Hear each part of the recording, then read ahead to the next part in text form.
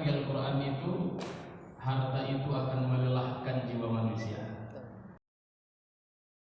Makanya ibu, kita boleh Ustaz kaya boleh, tapi minimal berkah ibu. Jadi apa tanda-tanda berkah hidup itu di antaranya ibu? Satu, jika punya harta hari ini makin bermanfaat sama orang, insya Allah makin berkah harta yang kita miliki hari ini. Namun jika harta yang dimiliki hari ini makin banyak, makin tinggi, makin banyak investasi di mana-mana, simpanan begitu banyak, tapi kalau masih bermanfaat untuk diri sendiri, ada tanda tanya harta kita itu harus kemana? Maka di antaranya ibu, harta itu minimal bermanfaat di jalan Allah Subhanahu wa taala. Saya tanya ibu, andai kita mati besok, ada enggak yang boleh bawa emas? Tak ada. Kemudian kalau kita udah mati besok, apakah masih boleh membawa baju majelis taklim? Tidak bisa lagi ya, baju seragam tidak bisa dibawa lagi. Yang hanya boleh berwarna putih. Maka ibu dimuliakan oleh Allah, sering di Al-Quran dan di hadis itu kita ditanya dengan kalimat fa aina tazhabun? Kalian ini mau kemana, kata Allah. Kita ini ibu, sebenarnya ini kita mau kemana ini ibu? Mau kemana kita ibu? Ujung-ujungnya mati ya ibu dimuliakan oleh Allah. Maka disinilah yang harus kita pahami ibu. Yang pertama, salah satunya biar berkah hidup ini, yang pertama adalah setelah kita lihat harta hari ini makin bermanfaat bagi orang lain, insya Allah harta kita itu mendapat berkah dari Allah Subhanahu wa taala. Yang kedua, jika umur yang dimiliki hari ini, lihat ibu-ibu, kemanakah habis umur yang kita miliki hari ini? Apakah habis mencari harta ataukah habis untuk mencari keridhaan Allah Subhanahu wa taala? Ibu-ibu di dunia ini yang paling banyak itu untuk mendapatkan keberkahan sebenarnya ibu. Yang pertama, ibu-ibu paling banyak waktu sebenarnya. Karena apa? Ibu ditanggung jawab di dunia ini. Ya bu ya. Yang kedua, perempuan ini saya mohon maaf ibu, semua manusia ini pasti punya masalah. Tapi jika seorang perempuan itu mendapat kemuliaan dari keriduan dari seorang suaminya, itu luar biasa ibu. Tak ada lagi di tingkat itu. Saya mohon maaf, janjian orang yang pergi ke majelis ilmu itu ibu adalah ampunan dosa. Tapi jika pergi ke majelis ilmu itu tanpa keriduan suami, bukan ampunan dosa, beban dosa yang dibawa. Kalau kita hidup ini muliakan oleh Allah, lihat umur ini sekarang untuk apa habis? Saya mohon maaf kepada ibu dimanapun saya sampaikan. Kalau arisan ibu lebih banyak daripada untuk beribadah, hentikan arisan itu. Bukan tak boleh, boleh. Tapi kadang habis untuk itu semuanya. Saya mohon maaf. Nanti banyak orang menyesal di awal kiamat. Dulu waktu hidup di dunia dia salah memilih kawan. Makanya ibu pilih hari ini. Sudah berapa banyakkah kawan yang bermanfaat untuk hidup kita, yang mendekatkan diri kepada Allah Subhanahu wa taala? Kalau banyak kawan yang untuk mengajarkan hanya untuk berlomba-lomba dunia, tidak salah. Tapi andai ada 10 kawan yang mengajak kita untuk mengejar berlomba-lomba untuk dunia, maka kurangi dah 5. Jangan terlalu sibuk untuk itu ibu. Kurangi agak 5, maka yang 5 ini pertahankan. Kita pilih mana yang lebih harta kita kejar, tapi kawan-kawan itu mendekatkan diri kepada Allah, udah pertahankan.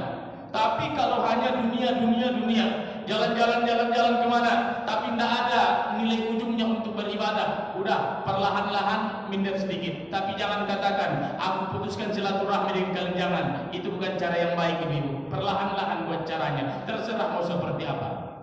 Ya bu ya, saya khawatir bu. Saya pun istilahnya ibu, kita ini kapan mau mati sebenarnya? Kita nunggu waktu aja ini ibu. Kita nunggu waktu saja. Andai ini hari terakhir, hari Rabu yang ibu miliki, terus mau balik besok kepada Allah, mau bawa apa kita ini ibu? Ya bu ya.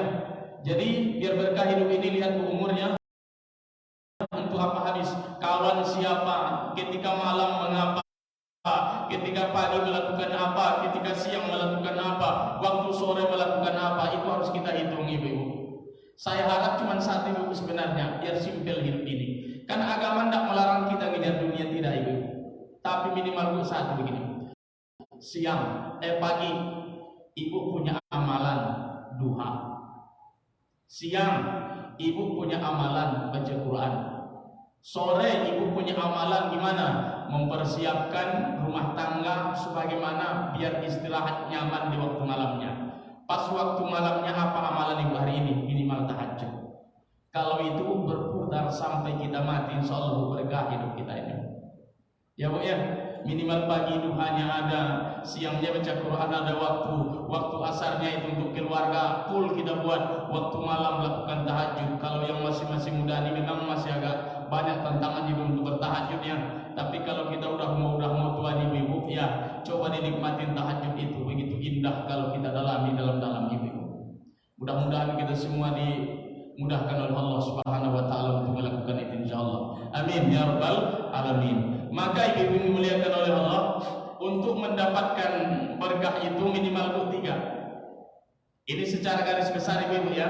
Yang mau kita sampaikan ini secara garis besar. Yang pertama, biar kita mendapatkan keberkahan hidup ibu dimuliakan oleh Allah, yang pertama, jangan pernah jauh dari Al-Quran dari dunia ini. Ini yang pertama ibu. Al-Quran ini dimuliakan oleh Allah. Saya mohon maaf, kenapa Ustadz ada orang ngaji, belajar, tapi Ustadz doyan dia menggibah, mencaci maki, dengki, ria, ujub, masih jalan terus Pak Ustadz. Bisa jadi dimuliakan oleh Allah ada yang salah. Maka di dalam sebuah hadis Nabi ibu, salah satu yang membuat badan kita ini menjadi tenang, salah satunya Al-Quran. Ya Bu ya, banyak baca Al-Quran ibu, biar berkah hidup ini ibu. Apa profesi ibu hari ini? Mau bisnis apa silakan, tapi jangan jauh dari Al-Quran. Jangan jauh dari Al-Quran ibu. Hidup ini harus kita berkah ibu. Udah belum cukup buat ibu pelajaran dari kisahnya keluarganya Lesti semalam. Lesti sama Rizky Biliar. Belum cukup ibu-ibu. Hah? Gimana kisahnya Pak Ustadz? Ibu-ibu lah lebih tahu. Kan gitu. Gimana Ustadz rupanya semalam? Itulah yang dilihat ibu-ibu ya. Kadang memang betul, kadang ucapan orang. Apa yang paling sering awak lakukan biasanya itu perjalanan hidup kita. Karena lagunya Lesti itu luar biasa ibu-ibu ya. Jadikan aku ratu katanya, engkau adalah rajanya, kan gitu. Kalau diambil dari lagu itu kisah hidup dia, padahal kejadiannya belum berlalu loh ibu. Makanya ibu yang sering-sering berucap, yang ada kebiasaan berucap dikurangin kalau tidak baik. Nanti itu menjadi fakta untuk perjalanan hidup kita ibu-ibu. Lesti udah apa lagi kurangnya? Suami ganteng, harta banyak, tapi kasih sayang tidak turun, kurang berkah bisa jadi. Ya Bu ya. Awak kena gampar, kena tendang segala macam, laporin polisi semalam. Seluruh mak-mak, seluruh dosa mendukung Lesti semalam. Setelah kejadian itu apa yang terjadi ibu? Yang balik lagi, yang melaporkan. Dia laporkan suaminya, namun dia yang balik lagi. Kalau perempuan sudah macam itu dah, saya sudah angkat tangan ibu-ibu ya. Maka mohon maaf ibu-ibu yang punya menantu besok, jangan pernah ajarin anak memukul perempuan. Saya mohon maaf, perempuan itu tak layak memang dipukul di dunia ini, pun tak layak. Perempuan itu hanya layak disayang-sayang, disayangi, dimaknai perasaannya. Karena apa? Emosinya perempuan hanyalah menangis. Kalau udah menangis perempuan itu emosi tertinggi. Kok macam kayak Ustaz aja perempuan di dunia ini, kami kan perempuan dosa. Kan gitu Bu ya. Faktanya Bu memang seperti itu. Ajari besok itu anak. Kalau memang tak bisa untuk dipertahankan anak gadis orang itu besok, nah jangan sampai kau memukul. Bicarakan baik-baik, kembalikan dia secara terhormat. Tidak akan salah dalam agama kita ibu-ibu. Tapi itulah ibu-ibu. Kenapa? Maka mohon maaf ibu-ibu, mari kita tata hati ini Bu dengan dekat dengan Al-Quran. Salah satunya ibu-ibu dalam hadis Nabi. Apa kata Nabi? Aksiru min tilawatil Quran. Kita ini Bu kata Nabi harus banyak-banyak baca Quran Bu. Ini pesan Nabi Bu sama kita ya. Fa innal baital ladzi la yuqra'u fihil Quran yakillul khair wa yakthuru syarru. Kata Nabi dimuliakan oleh Allah, siapa yang hidupnya sedikit, tak dekat hidupnya dengan Al-Quran, jauh dirinya dari Al-Quran, maka badannya ini akan menjadi gelap dan akan muncul di dalam dirinya banyak bibit-bibit kejahatan. Makanya ini dimuliakan oleh Allah. Salah satu yang bisa menghalau kita berbuat maksiat di dunia ini adalah dengan membiasakan badan ini membaca Al-Quran. Ya Bu ya. Dalam Al-Quran kan telah dijelaskan, sesungguhnya Al-Quran itu kami turunkan sebagai obat bagi orang beriman. Masih menggibah hari ini tapi sholat, coba baca Al-Quran sering-sering ibu.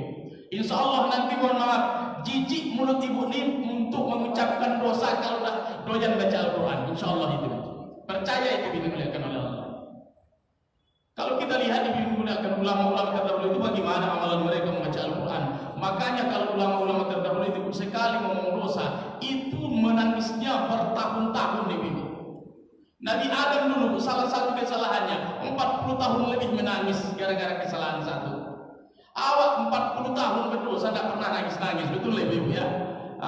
Makanya saya mohon maaf ibu, kalau hati udah mulai gelap, Ustaz, udah mulai ingin terus berbuat dosa Pak Ustaz, coba ibu terus tempa badan ini dengan membaca Al-Quran. Maka salah satunya ibarat badan kita ini ibu, kata Al-Imam Al-Ghazali, badan kita ini kan tanah itu semuanya. Maka ketika tanah ini ibu dimuliakan oleh Allah, badan kita ini ibarat tanah, kalau tidak disiram air maka dia akan menjadi tandus, menjadi kering. Menurut ilmu biologinya ibu-ibu, kalau ada tanah kering yang tandus, kalau ditanam tanaman di atasnya, hidup atau mati? Mati menurut akal kita ibu-ibu ya. Maka badan manusia ini, badan kita ini seperti itu juga sebenarnya. Badan yang tak sering-sering dibacakan ayat Al-Quran, kata Nabi, yakillul khair, maka akan sedikit kebaikan dalam dirinya. Cara berpikirnya kotor semuanya.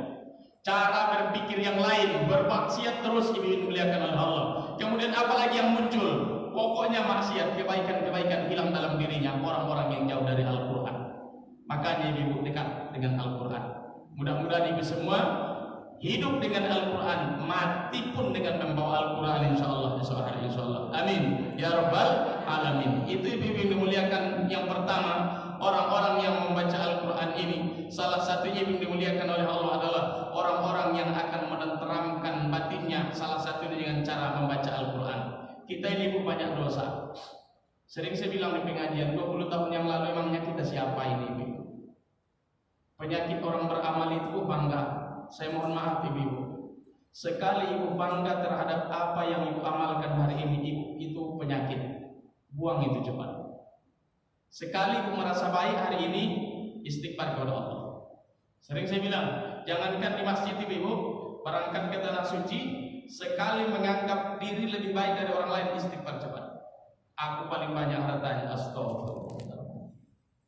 Aku yang paling bagus, astagfirullah. Suamiku paling kaya, astagfirullah.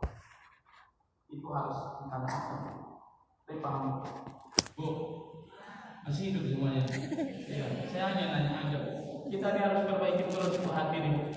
Udah saya bilang tadi kembali nih.